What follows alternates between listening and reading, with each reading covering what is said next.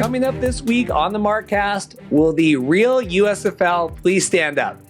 This weird debate going on now. The old USFL is trying to maintain the history, the legacy of the USFL.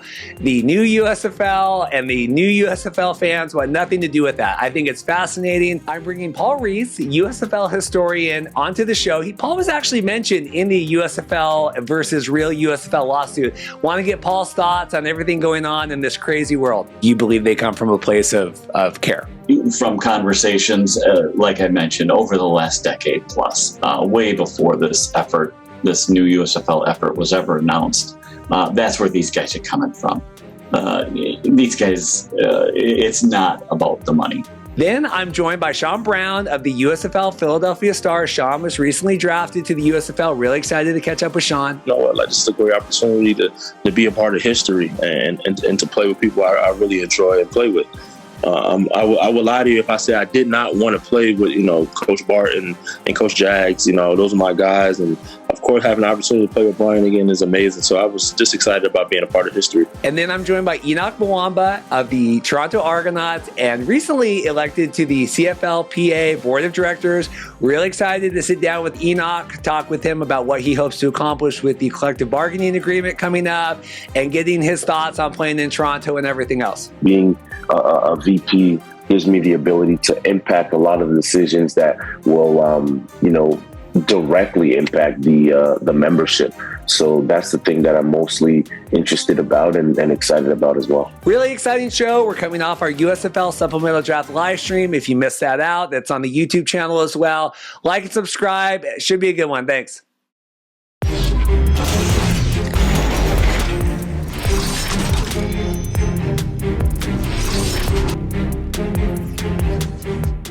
Hey everybody, and welcome to the Markcast. Reed here. Just wanted to hop on as always, kind of fill you in on what's coming up on the show today, give you some talking points before we get into everything.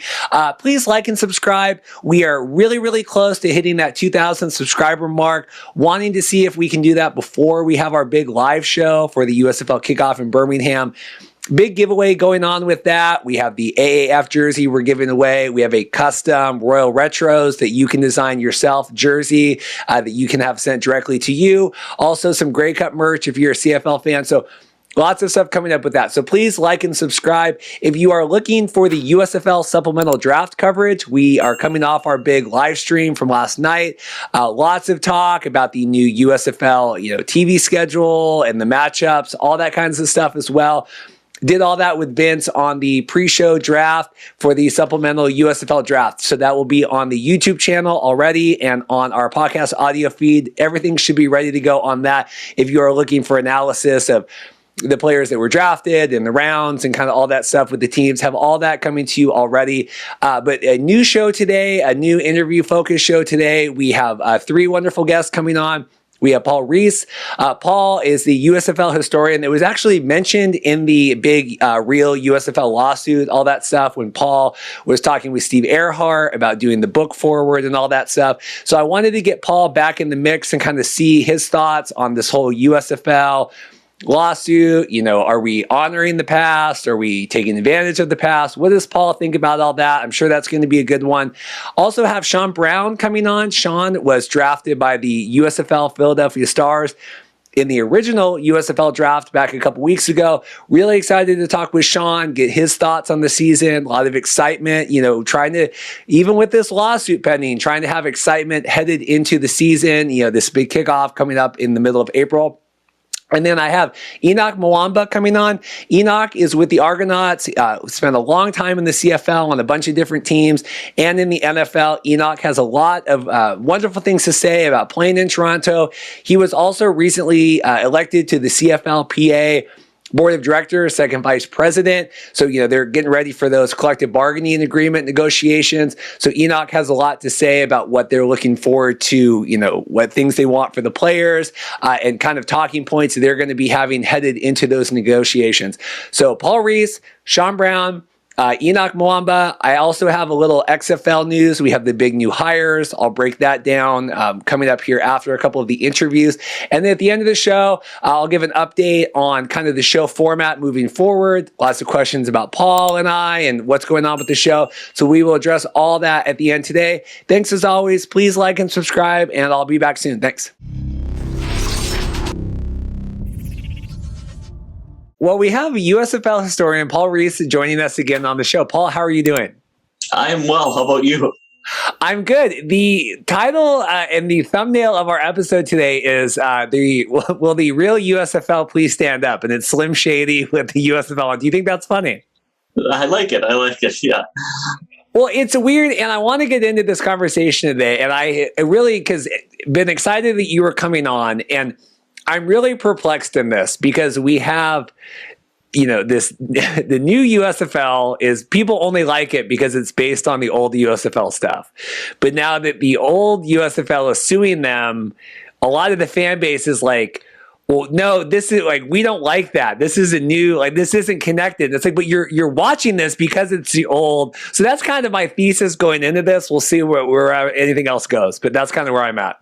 It is a strange mix that you have kind of this split in at least the old guys who followed the original USFL, and that some of them were like, hey, this is awesome. I'm going to see these familiar team names and pretty close renditions of the logos playing again. I'm in. And then you have other guys who are like, this is nothing like the original USFL. This is a developmental league for the most part. It's not a major league like the USFL, the original USFL was. I hope these guys crash and burn really hard. So I think that there's probably some positions that can be staked in between those two extremes, and that's where you'll find me. Well, that's good. I mean, I've even seen comments like, and when I call the old USFL, it's, real USFL LLC, right? Steve Earhart and all them. I've even seen comments like, well, they're trying to take our league, or they're trying to control, they're trying to ruin our league. I'm like, but it's kind of their league. It's funny because, and I am not a legal expert, and I have no idea where this will go once it hits the courts. I imagine both sides feel that they have very good points, and they've been advised by lawyers who are being paid lots of money that each of them has a slam dunk case against the other one. So far be it from me to say who's going to win that. But the Fox used these names and these renditions of the logos because of the nostalgia surrounding the first USFL. I mean, there's no doubt. Otherwise, why do you do that? They mentioned it in their original press releases. And yet they've kept the old league and the people associated with the old league, with one exception, and that was the original video that had Doug Flutie in it that they released. They've kept all the rest of the old league at arm's length. Was there even a mention of, former Philadelphia and Baltimore star Sam Mills going into the Pro Football Hall of Fame? It's been bizarre that they have completely ignored the old league. And I guess I'd be remiss if I didn't mention too. People are like, well, who is this Paul Reeths here? Why are we talking? You're mentioned in the lawsuit, right? Because you had worked with Steve Earhart, right, getting the forward to your book. So I mean, you not involved in the lawsuit, but you have been involved in the USFL and the players involved in all of this for a very, very long time in a role where you were working with them and everything else, right? Right. Yeah. I started writing my book sometime prior to 2009.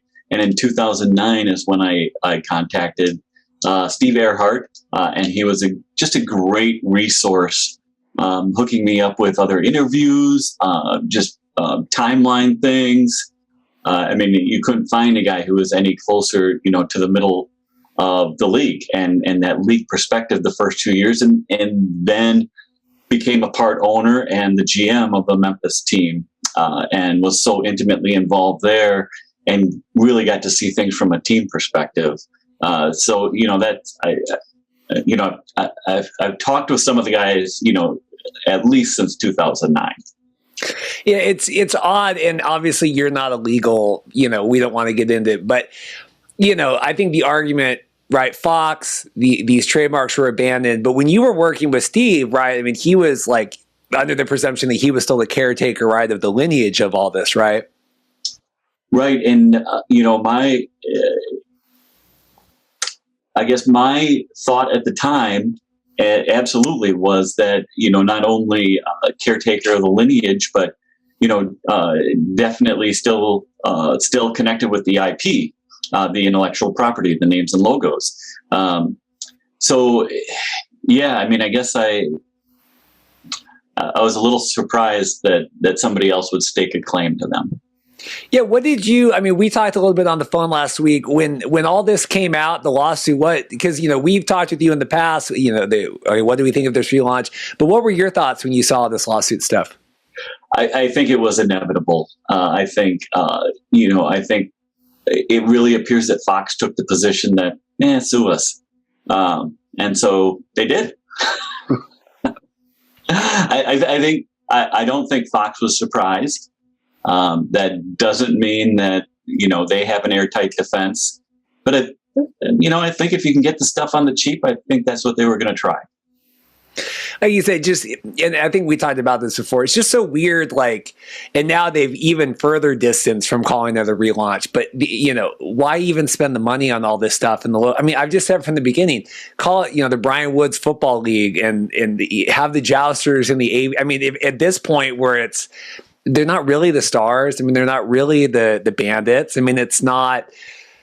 I don't know. It just feels. I'm so perplexed now on this and what their motivation is, and if they thought a couple $1,000s they had to spend to do all this was worth all this headache. Now I don't know.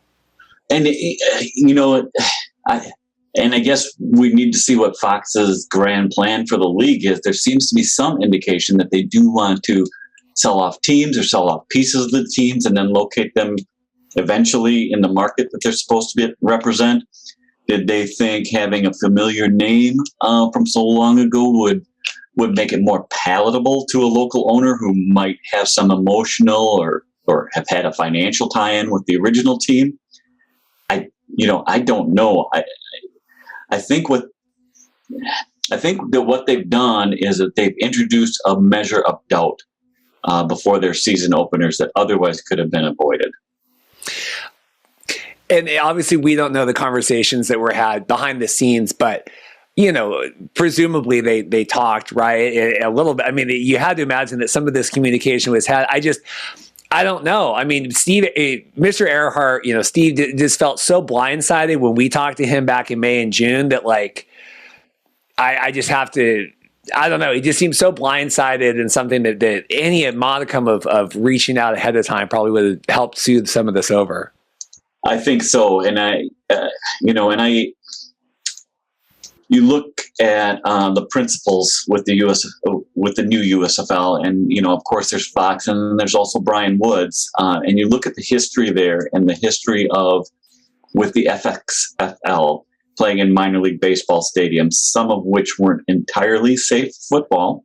And then you take the next step and you have this spring league, and it's a kind of a single site thing where players actually pay to be a part of it. And then you have kind of this IP grab, and that's what he brings to the table for the new USFL. I do wonder if, and there are some people with the new USFL that, of course, it's hard not to respect. The Fox folks know what they're doing generally. Daryl Johnston, did a phenomenal job in San Antonio with the AAF team there.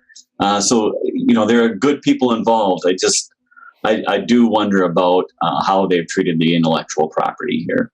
Because, and I've had off kind of private conversations with some of the parties involved too. And it is a passion project, right? It is something that's been conveyed to me that this is something that they care very deeply about, right? Because, you got that vibe. Well, they need programming, and God knows what's happening with baseball, and they're going to own the league, and you can bet on it. And we just need to, we need something to put on TV, right? People like football.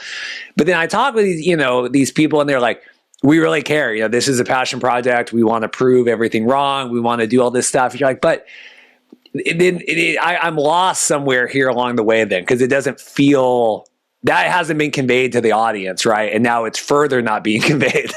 Right. And if you talk to the old USFL guys, and I'm thinking here of Steve Earhart in particular, and just how proud they are of the effort that they launched, and how much they want to protect the legacy. And I think that this is what this is all about, is that they are very protective of the legacy of the USFL, and they don't want some, a subpar effort that crashes and burns to be associated with the name. And I totally understand that. He was adamant about that 10 years ago, more than 10 years ago. I mean, he always has stated that. And some of the other guys, I mean, you saw the video from Larry Zonka, the former general manager of the USFL's Jacksonville team, a well-known football player himself, and you can still tell the passion that these guys have for the old league. And it's a shame that it's kind of come down this way. I think that there was probably a better way to handle it. That's interesting, the perspective that you bring up, having talked with Earhart and Larry and everybody, that because the sentiment that I get is, they just want to. The sentiment I get from people seeing this situation is they feel very down on the old USFL. They think that they're trying to halt this new exciting league. They're trying to get paid, right? They're trying to whatever. Obviously, you don't speak for the parties involved, right? But your general sentiment is you believe they come from a place of care.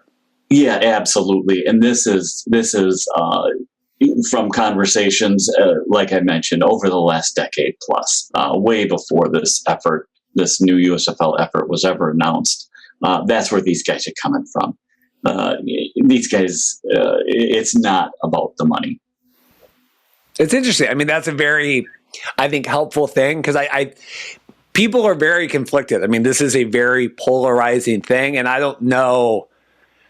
It's weird that it is polarizing because, like, both. I don't know. It's weird that it's polarizing. And I get it. We're a month away from kickoff, right?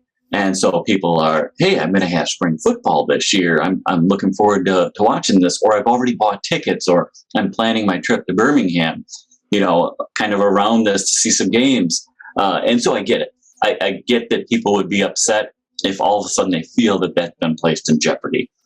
But at the same time, I also don't think that, the Fox allowing this to come this far gives them the right to just steamroll, over, the original IP holders. What would you see in your ideal world? I would see a settlement. I would, like I said, I don't hate this new league.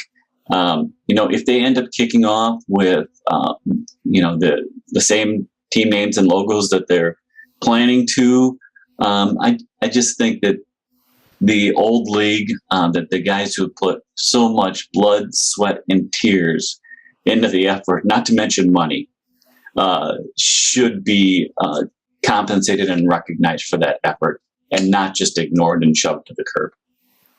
Have you talked with anyone involved in this since all the lawsuits going on? I haven't. I've kind of wanted to keep distance from it and just kind of observe it from afar. It's a tough situation, and I don't know. It's hard for me to even verbalize, but I don't know if the original, the real USFL, did they anticipate on being looked at kind of like the bad guy here? I don't know. It's weird to think that a couple months ago there was a lot of Fox, and they're just trying to do all this stuff, where now they're almost looked at as the good guys, right? It's almost flipped. Do you know what I'm saying? And I think the timing. I think it's that timing. I think, this is not, when this was filed, it's like a month and a half away. What took these guys so long? And I know that this was in the works for a while. And, there certainly was a sentiment. I would imagine that maybe this isn't even necessary at one point. Maybe cooler heads will prevail and we can come to some kind of agreement. And it just, at the end of the day, it didn't work out. So, we find ourselves where we are. So, I just, for those who are very excited to see the new USFL kick off, I would just say, I get it. I understand that. I'm looking forward to seeing spring football myself. But just listen to what the old owners and the old administrators are saying. I think that it makes a lot of sense. I mean, obviously, Fox wanted to use these names and logos. There's a reason for that. And it's because of all the work, all the money that, that prior group put in. What are your thoughts on everything now? We're having the supplemental draft tonight, as we, record whatever air, we're going to do a live stream tonight talking about all that. But thoughts on what you've seen here? Cause it's been, I think, like a month and a half or so since we had you on talking before. I can't remember how long ago it was. The one thing that I would like to see is, this is Fox. This is one of the largest media conglomerates in the world. You can't live stream your own draft, or, you can't, it's all got to be tweets and Facebook posts. Are you serious? If you want to be looked at as a major effort, Fox, you can do this. Come on. But I think that the fans of this new league deserve better than what they've been shown so far. That I think the communications, go on the website right now. Can you find 10 press releases that they've issued since announcement? Are they asleep at the wheel on communications? I know it's all Birmingham. I know they're not worried about selling tickets in Pittsburgh or sponsorships or anything like that. But I do think that the fans deserve better than what they've been shown from the league so far. It's hard because I think it's in an attempt to save costs.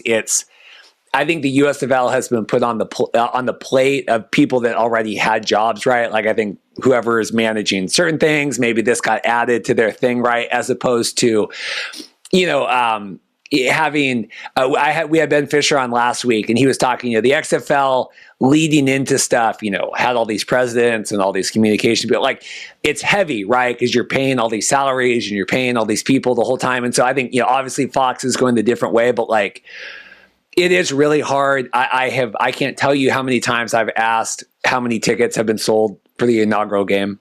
I've probably asked every week for 5 weeks. Like, I can't get an answer, and I've asked a lot. Right. And I understand them playing some things close to the vest, especially if some of those numbers, could be viewed as disappointing at this point. But even a team wrap up per team on draft, on who looks like they're going to stand out at the quarterback position, or I would like to see a lot more of that coming from the league itself. Yeah, a couple of weeks ago, I was trying to figure out the title I was going to use, and it was like, I just don't think Fox gets the fandom of spring football fans. I just don't think they get, I think it's working, right? Obviously, they have followers. Obviously, the teams are building momentum. But I think it's like, because they're doing the bare minimum, I think a lot more could have been. I think the XFL, and I hate to bring up comparing all this stuff, but their social media numbers and following stuff was like much higher, a month out here. I mean, we're a month and a couple days away, and I think Fox looks at the numbers, and I think that they think it's good, but I think it could be a lot better with even a little bit more.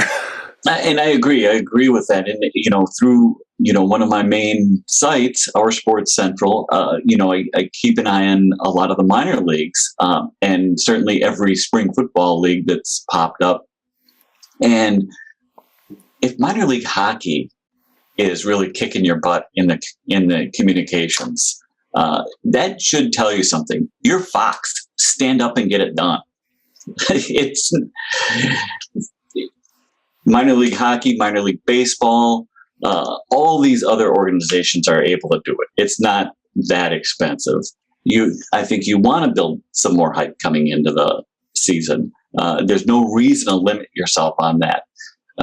You just being able to present what you want, the story that you want to the media, and to talk regularly.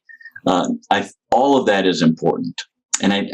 I've just been disappointed by the effort so far.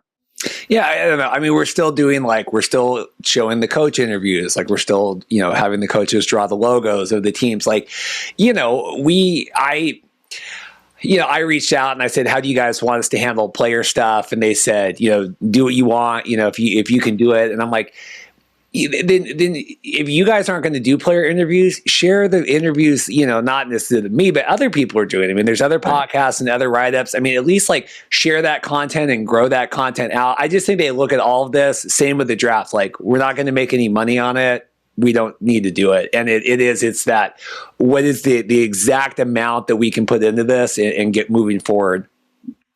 Right, and maybe that's maybe what we are seeing is just a television show that's being slowly unveiled. Hey, we're only going to show you so much before the premiere, which is unfortunate. I think it's a bad way to look at it. I think you do want to capture that attention while it's there. Coming off the Super Bowl, when you had commercials on Fox, in highly visible locations, build off that, run with it. Jump right off your team name announcements and start putting out news for the Philadelphia Stars, for the New Orleans Breakers. Keep those people engaged. If you're looking for investors in the local markets, why not start the moment that you announce those cities and continue to try to gain attention rather than this, okay, we've got a couple big events. We've got name reveals.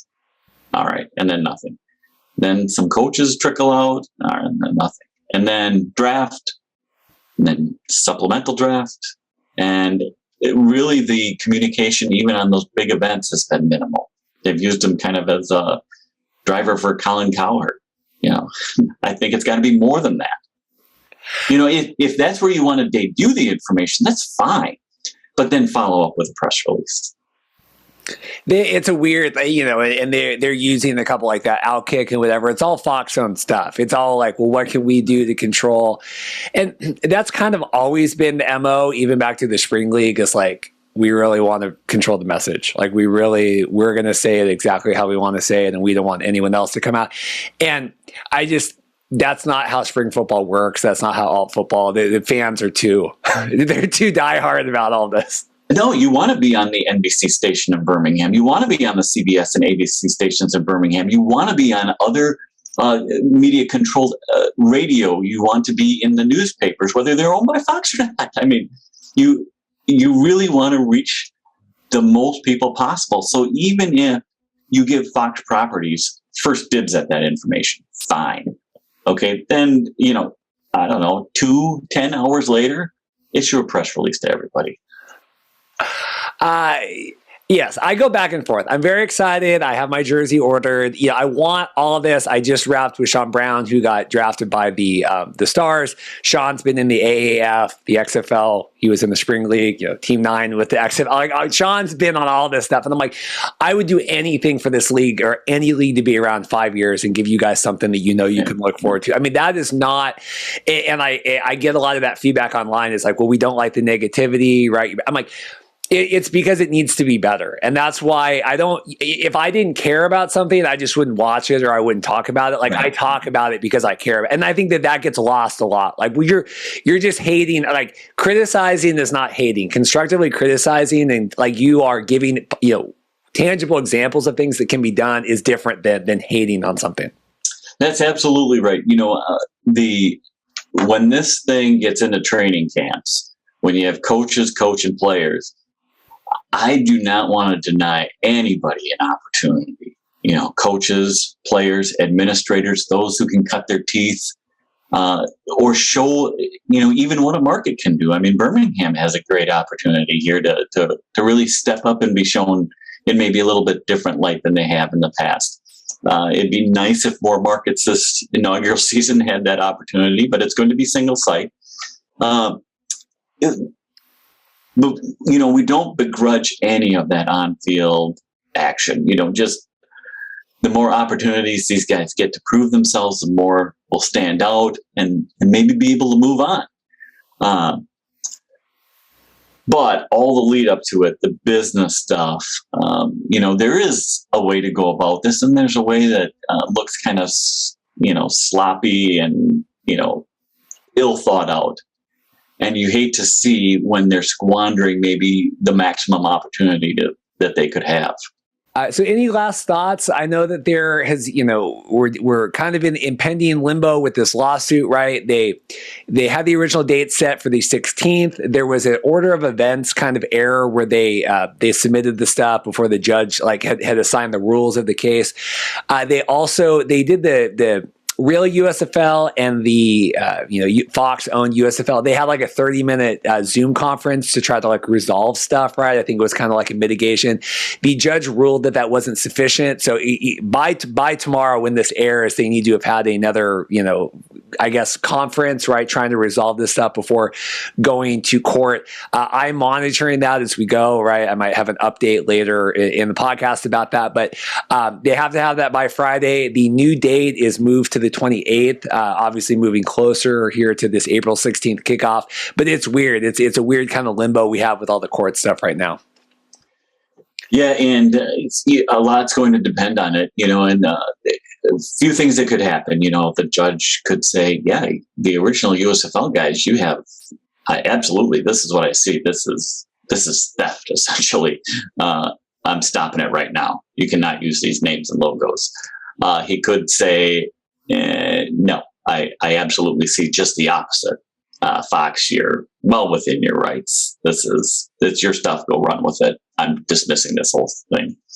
Or, more likely, there's enough for us to look into here. Not sure that I'm going to do anything right now, but, we're going to go on. I think 2 of those 3 cases hurt Fox. If you get stopped from using the names and logos, that is a big setback, less than 3 weeks away from your kickoff. However, if he says, there's enough here for me I think we need to have a trial at this. Then if you're Fox, you're looking at something that's more prolonged. You're looking at kicking off with all your IP in doubt. If you make this thing a roaring success, it's only going to end up costing you more money if you have to pay this original group something. So I think either of those 2 eventualities, kind of the pressure to settle, to get something out there that's mutually agreeable, increases. And I think that would be the best solution for everybody. Yeah. So it'll be interesting. It's weird that they did the one conference and they're having to kind of go back and do that again. I mean, I have a feeling that I'm recording this assuming that nothing's going to change, right? I imagine if they had conversations back in May and June and nothing was done, right, and they had the Zoom conversation last week, if that didn't do anything, I have a feeling that this is going to continue in that way. But that's kind of the pending right now. Maybe we'll have some more stuff come out on Twitter or whatever. Friday we can update that. But it's the last note on here is because they have to do the conference and then wait. The earliest a preliminary injunction is likely not until the week of the 11th to the 15th of April. So the case is. And Mark might have, I'm going to have to go back and look at the stuff on this because Mark noted the 16th moved to the 28th, but then I remember there being another order of events. They have to conversate, then they both have 3 days to submit whatever back and forth. So this could get a little sticky, but it's certainly not going to be that clean cut March 16th that we kind of thought it was going to be originally. Right. Which, if I'm Fox, I'm feeling a little bit of pressure on that. So we'll see if it leads to any movement. Well, Paul, I really appreciate your time. We'll get you back on. Always fascinating to hear your thoughts on this. I appreciate it. All right. Thank you for having me on. Well, we have Sean Brown, recently drafted to my team, the Philadelphia Stars with USFL. How are you doing today, Sean? Man, I'm doing amazing, man. I'm doing amazing. Just excited about everything. Just ready to go. Just been working my tail off for the last few months. I just cut about 20, 25 pounds, so I'm excited, man. What has it been like I guess it's been 2 weeks now since the original draft. What's the last 2 weeks been like for you? It's been a lot, not in a bad way, more so in a, More like I could do. I've been doing so many interviews. It's been, now I know how to train. Just doing a lot of meetings with my teammates, like individual meetings, understanding calls and terminology. So it's actually been a little more busy than before the draft, but I'm happy for that. Though. I'm happy. Well, I like you. You have a good, you're like the spring football warrior, right? Because you were AAF too, right? XFL, with spring league, with the generals, all that stuff. I mean, how do you stay motivated and go through all that? Because it's a lot of like ups and downs and a lot of disappointment, right?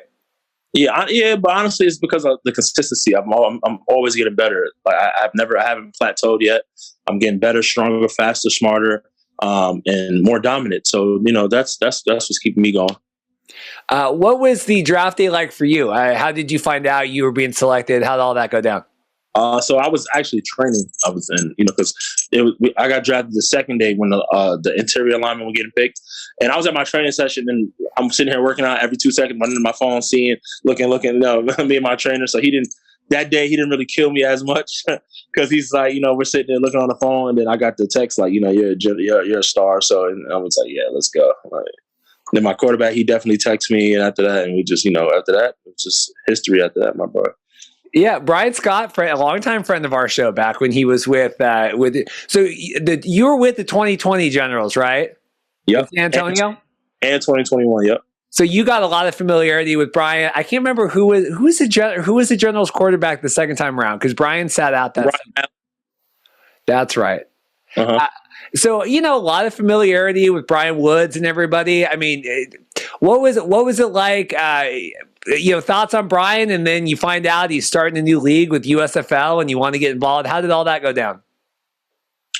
Well, when I found out, I was like, shocked that they brought the USFL back. My dad, he used to talk about USFL and stuff like that. How he liked it, and how a lot of greats came out of there. And, but to be honest with you, and Brian could tell you, like, when we were talking about the USFL, I was telling him, honestly, I don't want to talk about it, because at the times I was in conversation with NFL teams, and I was like, when we get to that point, we'll get to that point. Let's, go after that, until we get to that point, let's talk about it. And then that's how it was. Like, so I was more focused, like, okay, NFL. It didn't happen. So right around the time, I was like, okay, bro, let's definitely talk about it, discuss things. Motivation to be in the USFL, right? To choose, right? To be in the draft pool, all that stuff. Thoughts to make that be your next step. What led to that? I mean, honestly, it was like after a few teams, kind of pulled away, and the season got later, and they didn't bring me in and stuff like that. So I was like, you know what, like, this is a great opportunity to be a part of history and to play with people I really enjoy and play with. I would lie to you if I said I did not want to play with, Coach Barton and Coach Jags. Those are my guys. And of course, having an opportunity to play with Brian again is amazing. So I was just excited about being a part of history. What's interesting to me is the Stars really are the Generals, right? I mean, they're bringing back a ton of guys from that. Do you think that having that familiarity is going to carry over to success? 100%, because at the end of the day, a lot of times when there's new coaches, new leagues, when I notice, it's about being familiar. So a lot of these guys, when they go to camp, if they're not familiar with that coach, they have to reevaluate them and do things extra. Where us, it's like we reevaluate, see if we're in shape. We already know the system for the most part, so that's going to help us move faster, and get that connection and get that timing back even faster. But at the end of the day, the coaches can't play for us. We got to strap it up, and when it's time to game, when it's game time, we got to just go. But 100%, it plays a major role. Just when you're playing with guys and coaches and stuff like that you already know. My wife will be mad if I don't ask. What's the name of your dog there? Kai. Kai. What kind of dog is Kai? He's a miniature schnauzer. Oh, that's good. Yeah. My wife was like, why didn't you ask him what the name of his dog was? So that's good. We got Kai on there. Because, you've gone through this, right? You've done the spring leagues, quick build up, right? Not a long training camp. What is that like to go in? Because like I said, you have the familiarity at least, right? It's been a little while, but to maybe hit the ground running more, what is it like with such a short runway?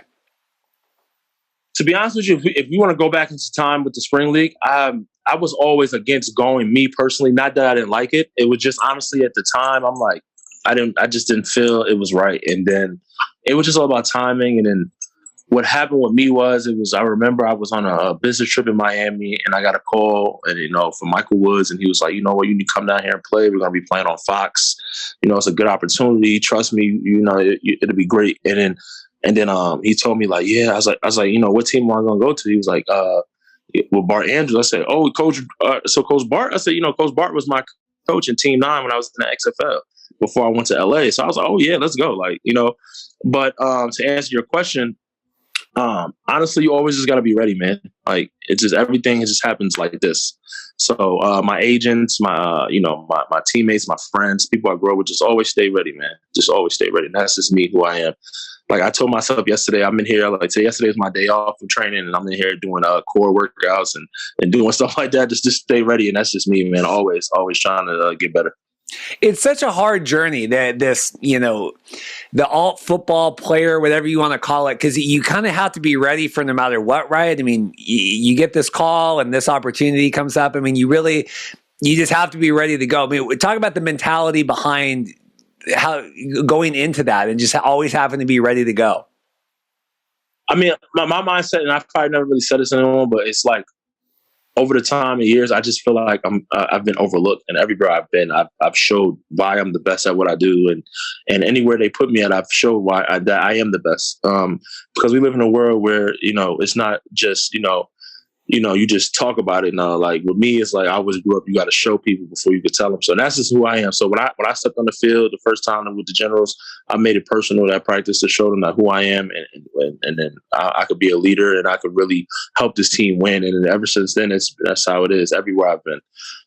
I've continuously showed people like I'm the best, and it's like, all right, why you guys don't want to pick me up at the on the big stage? So I was like, I'm just gonna keep showing you, and that's what I'm gonna do. Talk about the value of having these alternate leagues, right? I mean, and it's just incredible how many you've been involved in, but having these other opportunities for players, and talk about the importance of that. Man, it's very important because you have guys who at the time they were coming out of college, they didn't have anything, and they just, since it was NFL or nothing, and they didn't get it. So they decided, to work, and there's nothing wrong with them to go get a really good job, and some of them regret it, but I tell them, like, you made the right decision for you and your family. So that's what it all comes down to. It's about decision making, about opportunity. If you have the time to do this, and if you have the money to put up, or you have the schedule to do this, then do it. But if you don't, then do what you need to do. Take care of yourself and your family. Because it's a commitment. I mean, you're not able to pursue other things, right? Because you're having to stay in this mentality, in this mindset, right? Yeah, it's so many things I sacrifice. Like, I love to hang out and go out. Like but I've committed myself and to not go out. Like to just, I go out with family, but I like to have fun. Like I've always been like that since I was a kid. And now I just recommitted myself. Like I just, I put all my time into training. I invest into myself by paying for trainers, the best trainers, and understanding that, if I want to be the best, I got to train with the best and do what I have to do. You talk about being a part of the history, right? Being a part of this, it's called the USFL relaunch, but now we have this lawsuit, right? So we don't know. It's not really a relaunch. It's a bringing back. Regardless of that, this 2022 USFL. Do you guys talk about that, right? Like being on this big stage. What's the chatter with the other players, right? Like being on Fox, being on NBC. Honestly, we haven't spoke about it recently because we were just on Fox. So I think to answer your question, when we were in the spring league, when Fox first came, yes, we were definitely, talking about it, excited about the exposure. And I met a lot of great people from Fox, like a lot of great people. And, we actually sat down and even talked about my career after football and just, having a good time. And it's just being on Fox just gives you another opportunity, and that's why I look at it as well. But to answer your question, we were very excited when we first heard the news about Fox Sports, and if I'm not mistaken, with the USFL, it's not just Fox Sports. I believe it's what is it? Is it ABC? You're on NBC. I think it's Henoc. It's a whole USA. Yeah, but about this is the first time I think in 60, 70 years that Fox and what is it? NBC had broadcast the same thing in like over 50 to 60 years ever. So this is really a part of history. This is major. And I'm happy to be a part of it. And I'm pretty sure my teammates are happy to be a part of that as well. What kind of coach is Coach Andrus? I mean, you've been with him a lot in the past. What are you looking forward to, and what should people know about him? Very down to earth, very respectful. I've run into coaches, all type of coaches, respectful, non-respectful, their way or the highway. Of course, it is his ways, his offense, but he has a very open ear about certain things and understanding about certain things. And he's a good coach. And especially my coach, O-line coach as well, Coach Jags, amazing. If you do your history on Coach Jags, been an OC in the NFL, Coach O-line in the NFL. It's just a whole lot of knowledge. Head coach at Boston College for years. So I got some great coaches there. Great coaches on the defensive side, Coach Bayless. I don't know if you know him. He played about 10, 12 years in the NFL, won about 3 or 4 Super Bowl rings, and he has the national record for college for most interceptions in college history. So we had a lot of knowledge on that team and on that offense. When they hired him, Coach Andrus, I thought, as someone that had been in Team 9, been involved in the spring league, I thought, God, this really makes sense as someone that could come in, knows the system a little bit, right? I mean, obviously you want to get some, big, like Skip Holtz, all that kind of stuff, get the gamut. But I just thought, man, this is someone that's been through the system and is really, even before all my favorite players in the world were drafted by the Stars, the Stars were a team I had my eye on just because I don't think you can train that. Who's your favorite player though? Who's your favorite player?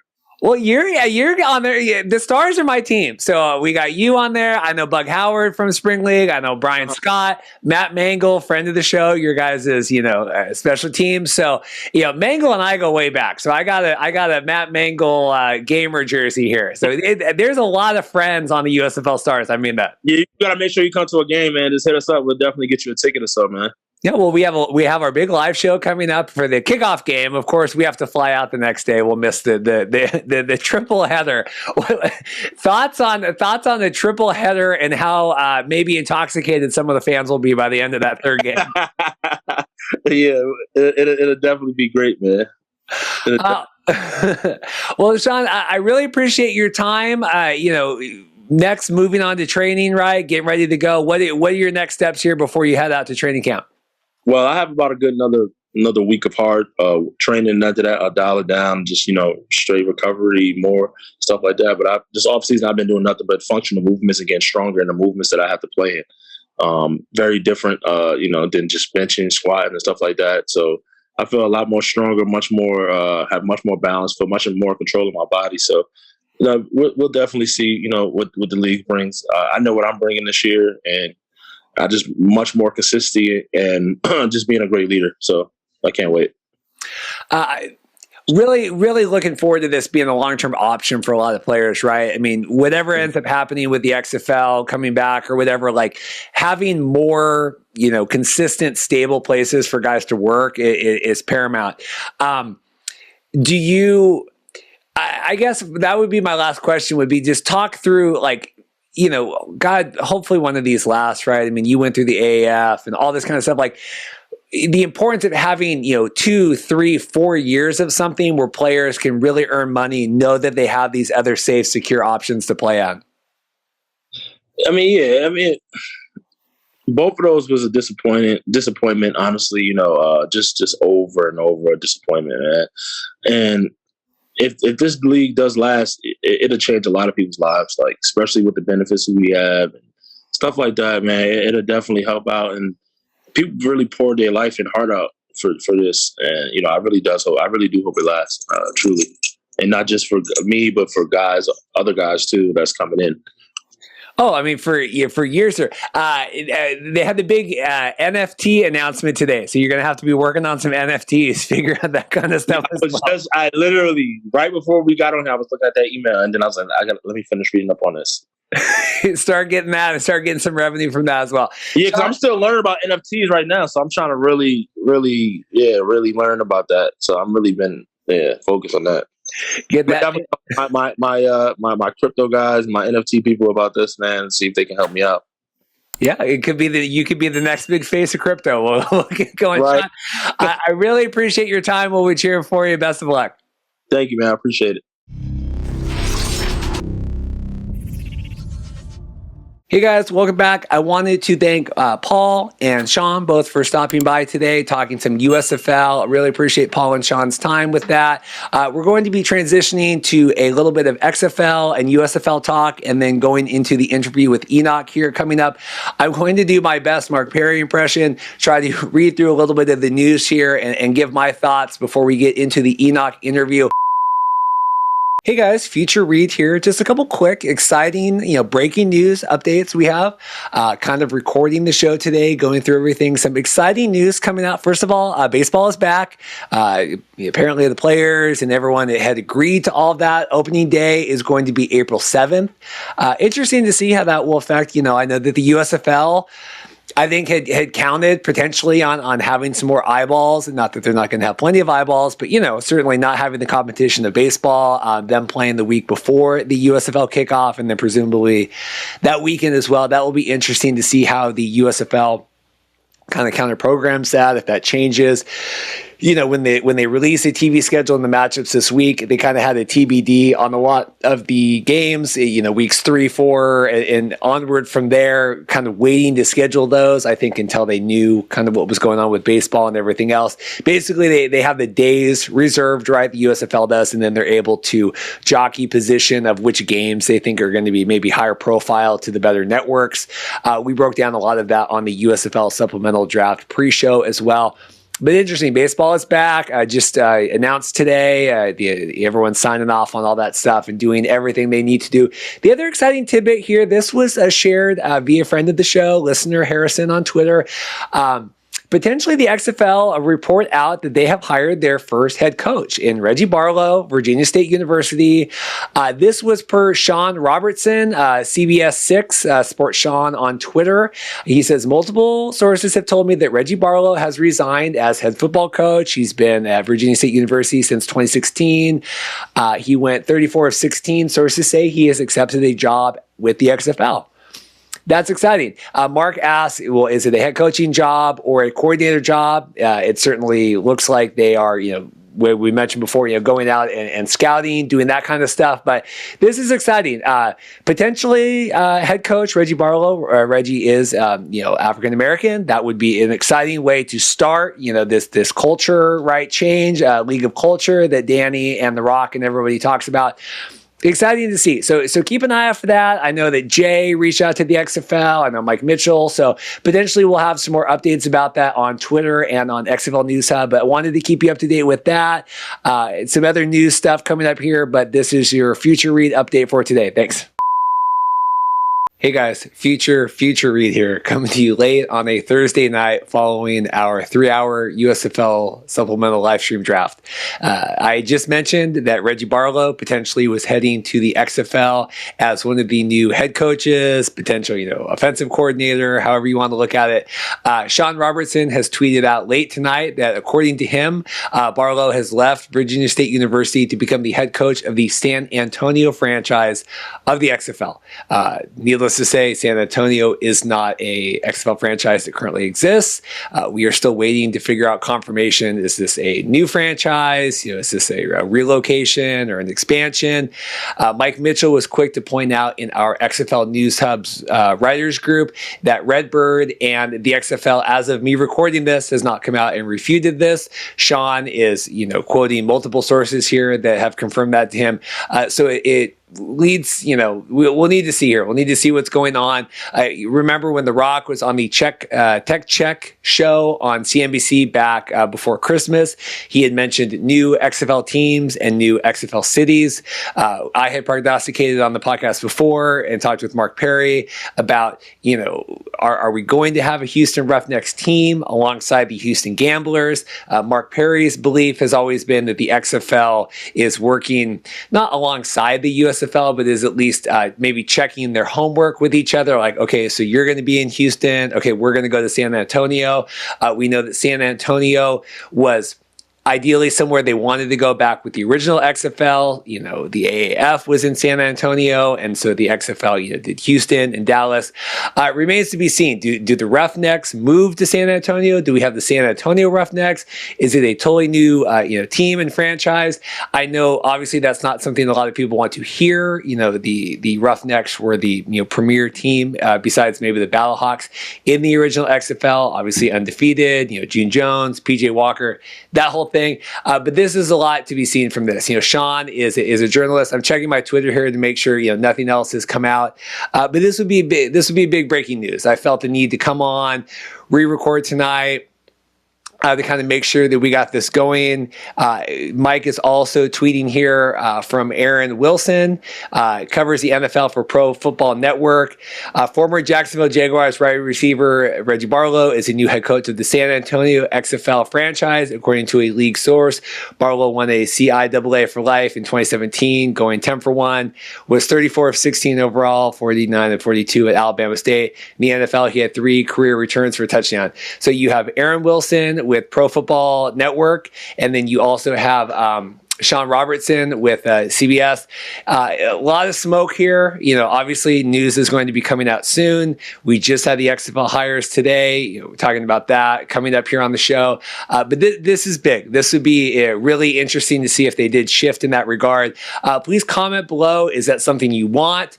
I know lots of our listeners, like Philip, are not going to be happy to have the XFL, depart Houston. That was such a good fan base there for them, really rock solid part of the league. But time will tell, but I thought it was good to hop on here tonight, at least keep you guys informed with the most up-to-date and latest information we have. Continue on with the show, and please enjoy. The other big story that came out this week with the USFL are the NFTs they're launching. Mark Berry has told me, if you don't have anything good to say about NFTs, but maybe not talk about it. I certainly understand that. The big difference with these NFTs and the fan engagement going with the USFL, they announced that a major portion of the revenue is going to be going directly to the players that are involved in creating them. That's very different, I believe, than what the FCF does right now. I also know that there's been some disruption in the FCF discords. Some of the listeners have filled me in. Harrison, I appreciate that. I guess FCF fans aren't too happy that they are the only league now, not the only league that is dealing with the NFTs and all that. So that's always fun. So now we have, fans arguing about NFTs and, the FCF maybe doesn't pay their players for the NFTs, but the USFL, the players are going to benefit from that. So that's exciting. So they're having soon this USFL NFT marketplace. You can go to usfl.fans. I think that's going to be kind of your center hub for all of the USFL NFTs coming out. It seems like it's just a lot of like game tokens and things. Maybe you can get some, be able to pop on some merch early. They're talking about one of the first fans to claim the USFL Mint Pass and unlock NFT drops and special event access, exclusive content for members, including behind-the-scenes look at the league, merchandise discounts, access to games, live stream from the USFL studios. So that's kind of all exciting. I think the issue with the FCF NFTs, the Fantasy Football NFTs, was like I have to pay to be involved in these teams. And I think that having this, right, if you want to pay for some other bonus content, I think that's certainly fine. If the players and the coaches are going to be involved and they're going to be able to profit from that, that's just another benefit that the USFL has to, try to incentivize players to come to their league, right? We've talked in the past about the college tuition, being able to go to college, debt-free, right, while you're enrolled in the league, playing in the league. And so this is just kind of another benefit. So certainly seems good. Mark's high on it. I'm sure Mark will have lots of things to say on Monday's USFL Week in Review show. I believe that's what Mark's calling that now on the USFL News Hub. They say that the NFTs will go directly to the digital wallets of the players. I also was hearing that maybe that makes it easier, right? So that Fox doesn't have to kind of manage all that stuff. They're creating the marketplace, but maybe they're not, involved with all the transactions and things like that. So anyway, training camps are beginning March 21st. They can interact. Oh, also there is the official Discord server is now available for the USFL. I'm not a big Discord guy, but if that is something that you are interested in, the USFL has launched their own official Discord that you can go on and check that out as well. A couple other tidbits. I didn't talk about this last week with all the USFL stuff going on with the lawsuit, but the Vince Oliver Luck lawsuit is coming up soon.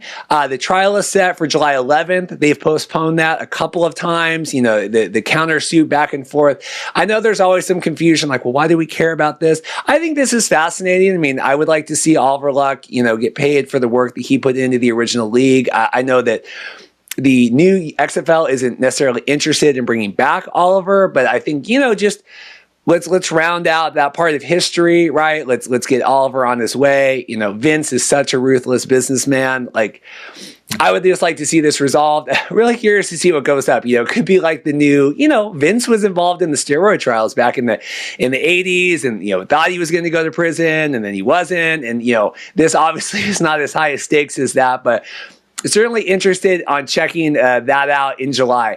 A couple other notes. XFL had some new hires today as I'm recording this, yesterday as you're listening to this. Paul White and Anthony Zucconi are returning to the league following previous roles during the 2020 season. And then Amanda Yan is joining from the NBA. Russ Brandon has a quote here. "We are excited to have Paul and Anthony back with the league. Thrilled to have Amanda join us. Paul and Anthony's previous experience in retail and marketing is unmatched, and they will both play a pivotal role in promoting our unique brand voice. Amanda has a wealth of expertise and will bring an innovative perspective to the league. I look forward to collaborating with them, yada, yada, yada." Paul was involved in the XFL shop before, so if you are involved in our wager, I have online via Twitter. I think I've only posted it on there, but when do we think the XFL shop is opening back up? Have to imagine Paul's working on that now. Probably, it's one of those things, we always assume all this work is being done in the background. Maybe they're just getting the XFL shop going now, right? They're getting the teams together. They're figuring out the stadiums, all that stuff.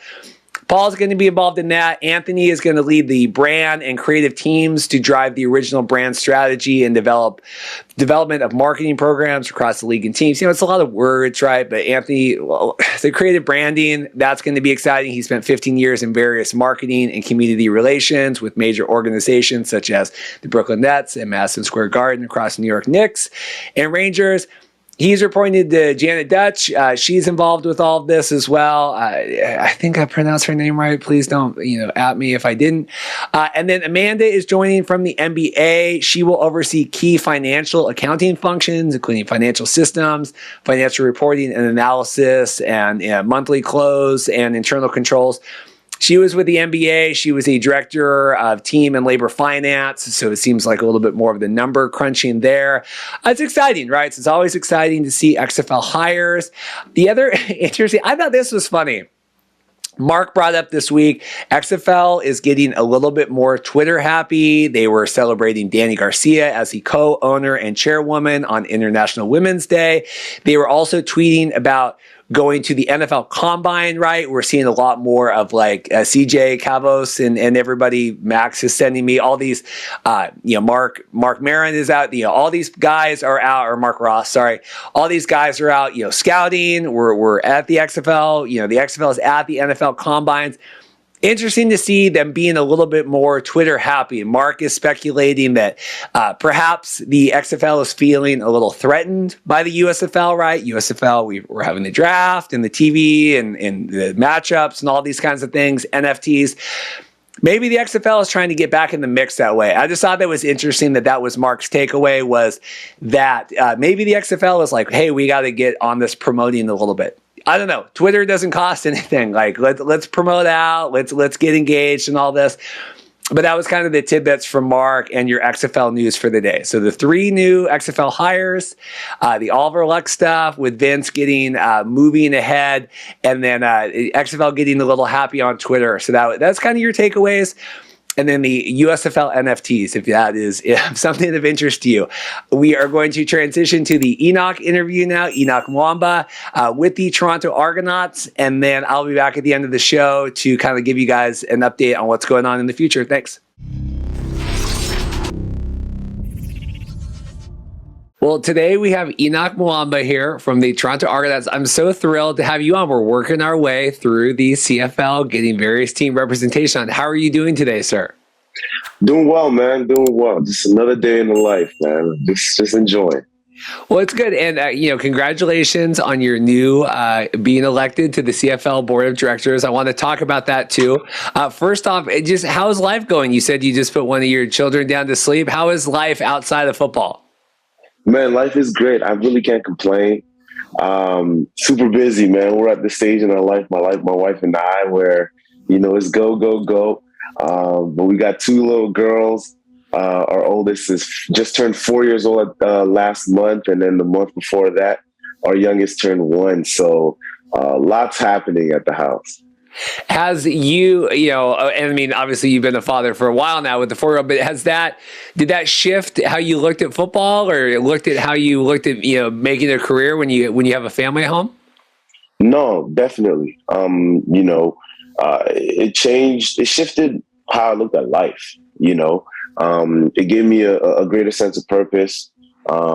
It motivated me and inspired me. I think it's amazing to get married. It drives you. Whenever you're with the right individual, whether in any type of relationship, it kind of challenges you to get better, which it did when I got married. And then it's amazing how much that intensifies itself even more when you start having children. And so, that's what it is. It just lights up a whole new fire inside of you. And it's amazing. But I enjoy, being a husband. I enjoy fatherhood. I mean, like I said, it gives me a greater sense of purpose. And I just love watching my daughters grow. You talk about motivation, right? I would say the Argonauts in general, right? A lot to be motivated for this year, right? Last season ending a little shorter maybe than people wanted. Talk about just the feelings with the guys and everybody. You're coming back. Everyone, what are you guys pushing for this year? I mean, we're pushing for the whole thing. I don't know any team that wouldn't be at this very point, but we're not just pushing and trying to win it all, but we are actually, I feel like at least we have the type of team that can take it to the next level.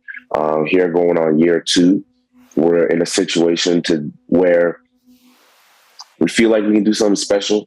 We added some pieces here and there where we really feel like it's going to make a difference, and we're excited. I get on the phone quite a bit with Mac, and we talk quite a bit and how we want the season to look like, and it's really exciting. Any doubt in your mind to come back and be a part of the franchise again? No, not at all, man, not at all. So, for myself, I've been, first of all, I'm home, right? I've been playing this game for long enough, and to be in a place where I am at this stage in my life, to be home. There's no other place that I'd rather be being led here in the organization by a guy that's, mentored me for years, and a guy that I respect so much, that I'm super inspired by, and that motivates me.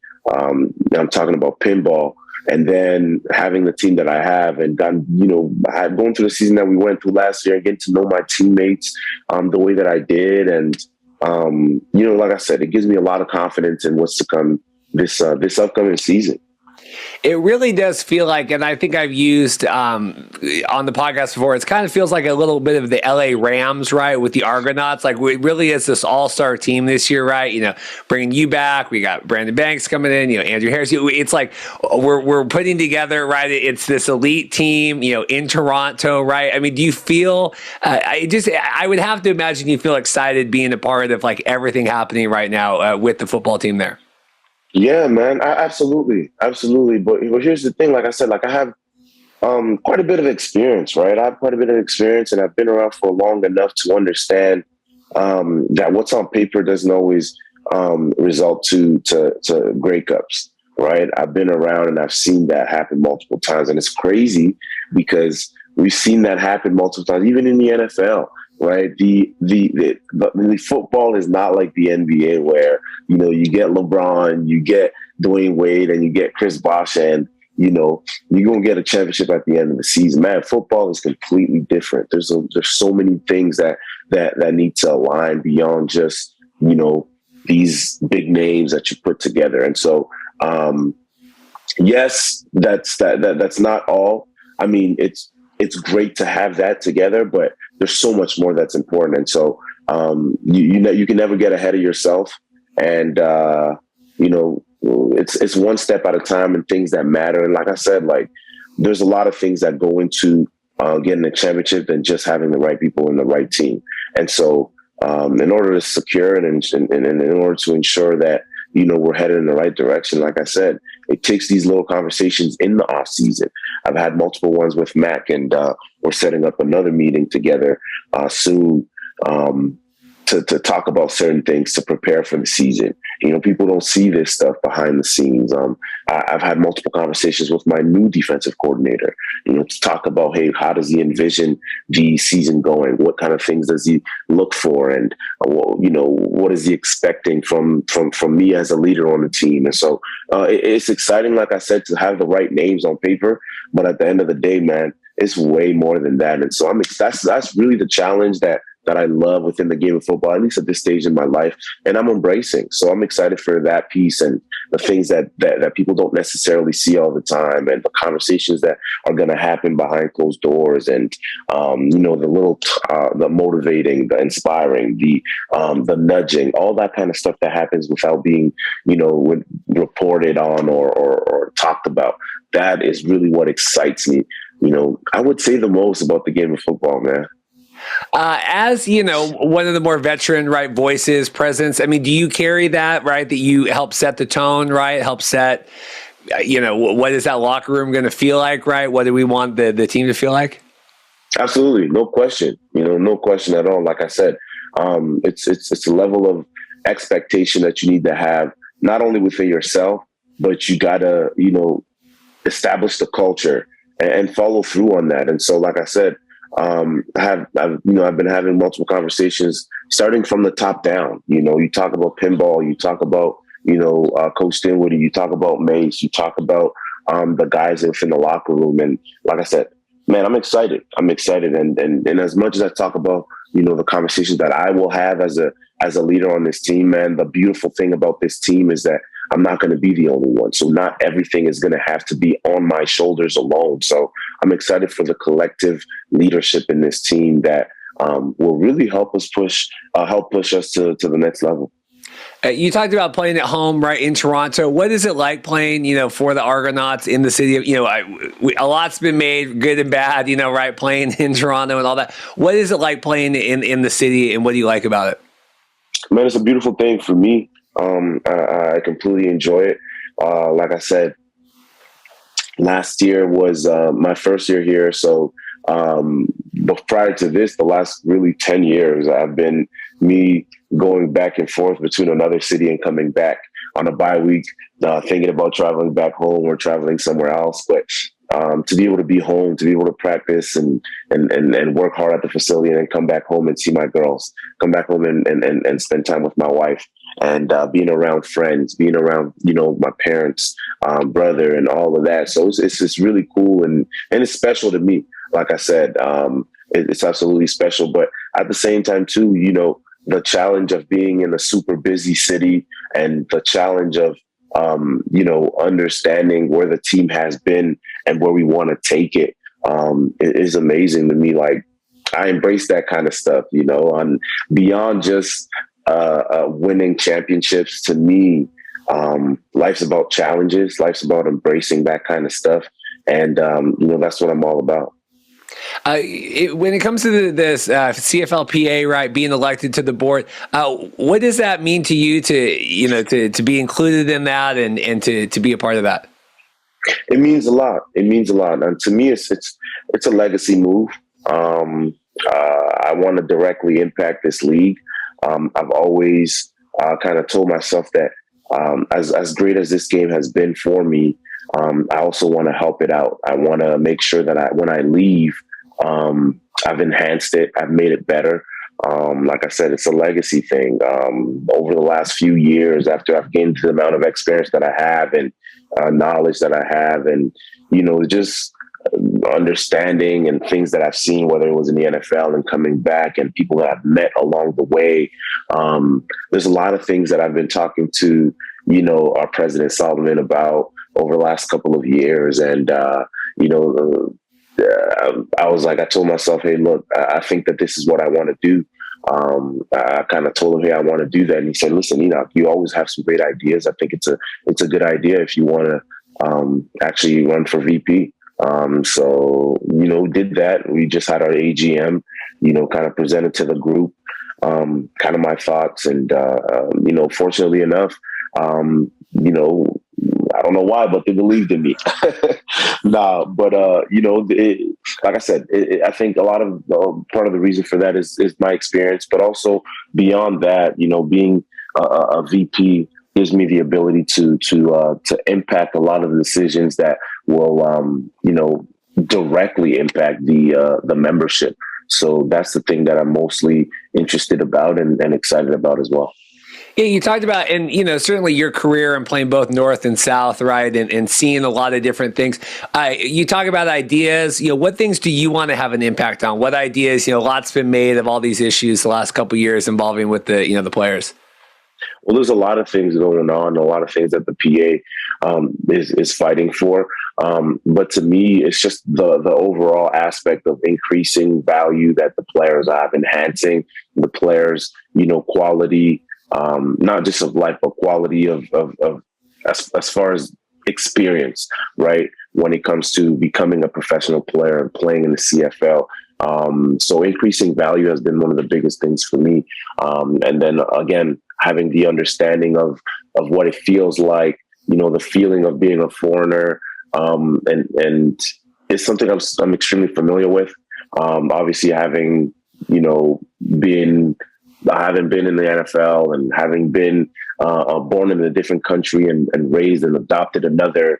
So it's something I'm familiar with. So I think that aspect of my experience and career appealed to a lot of the, Americans that were reps there. And at the same time, too, being a homegrown talent, having gone through high school up here in Canada, playing university ball up here in Canada, and having the career that I've had up here in Canada is something that also appealed to a lot of the Canadians. And so just having that, dual experience as far as a career and the life of career that I've had is something that appealed to a lot of the guys. So, I bring that type of experience as well as my involvement within communities. And that is really the biggest thing that will allow me to be able to, like I said earlier, bring more value and change things for the better.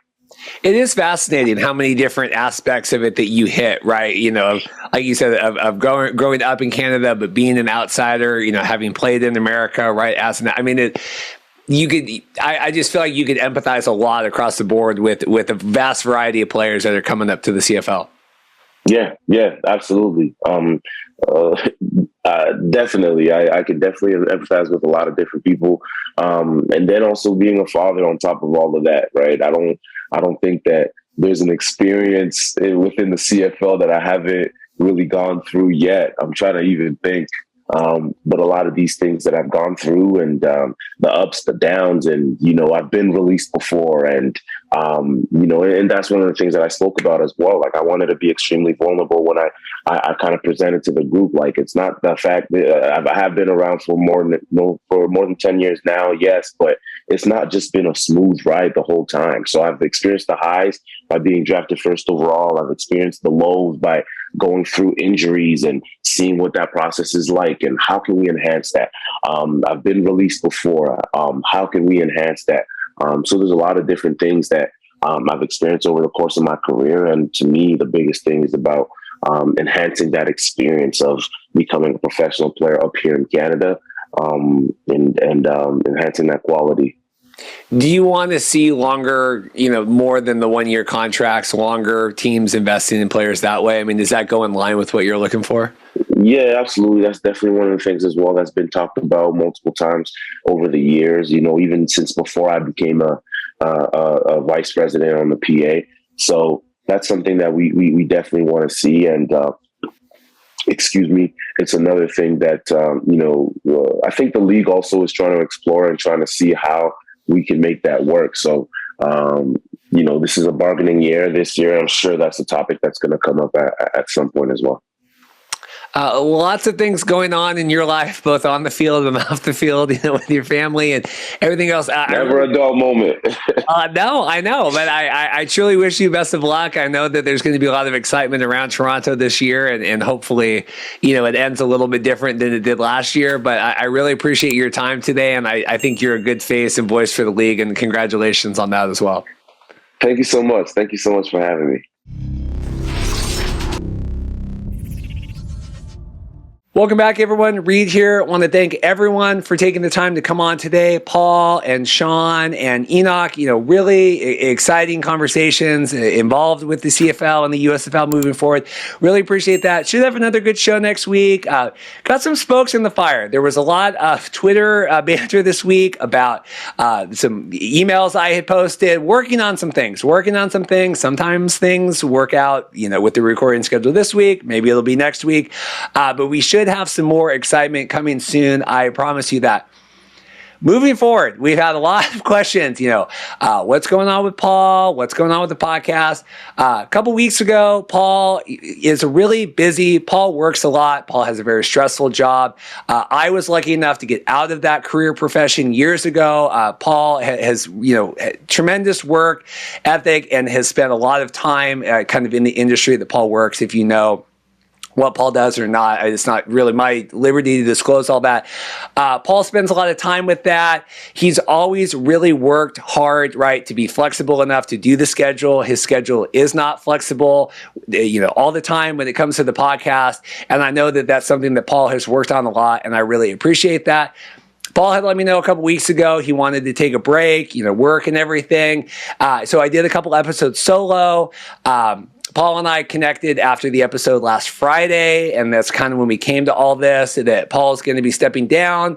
I will be continuing on in the format that we are currently. I might have a guest co-host some weeks, but I think for the most part, it's going to kind of be this like 60 minutes, where we kind of feature this segment and then we feature that segment. I'll kind of pop in and do the new stuff in between.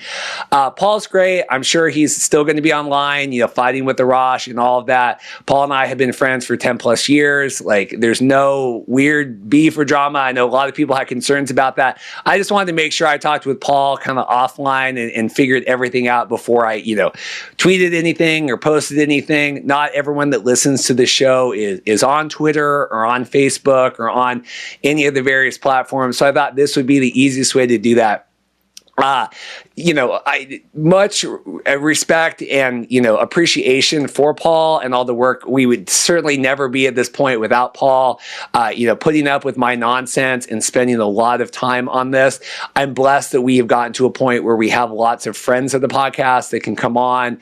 We're a big enough profile now that we can, invite on guests and get people to come on. Certainly none of that would be possible at all without Paul's hard work and dedication. So I never want to forget that. And, thank Paul for all the work that he put in. But yeah, should be exciting moving forward. I'm blessed to have a flexible schedule, as like the USFL supplemental draft live stream. So I hope to have a little bit more of that going forward. Maybe some like CFL, pre-shows or like USFL post-show stuff. Maybe I'll figure out the schedule moving forward. But again, Paul's great. Yeah, I'm sure you guys can, tweet or whatever. I don't want to tell you guys what to do, but I certainly appreciate Paul's time in the last, year and a half that he's put into this. It's been a ton of work and the labor of love, and I really appreciate everyone sticking forward with this.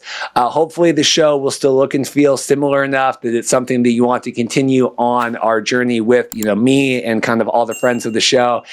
Really appreciate everyone's time. Please like and subscribe. We're getting ready for the big USFL, pre-show kickoff, April 16th in Birmingham. All the details on that are on the YouTube channel.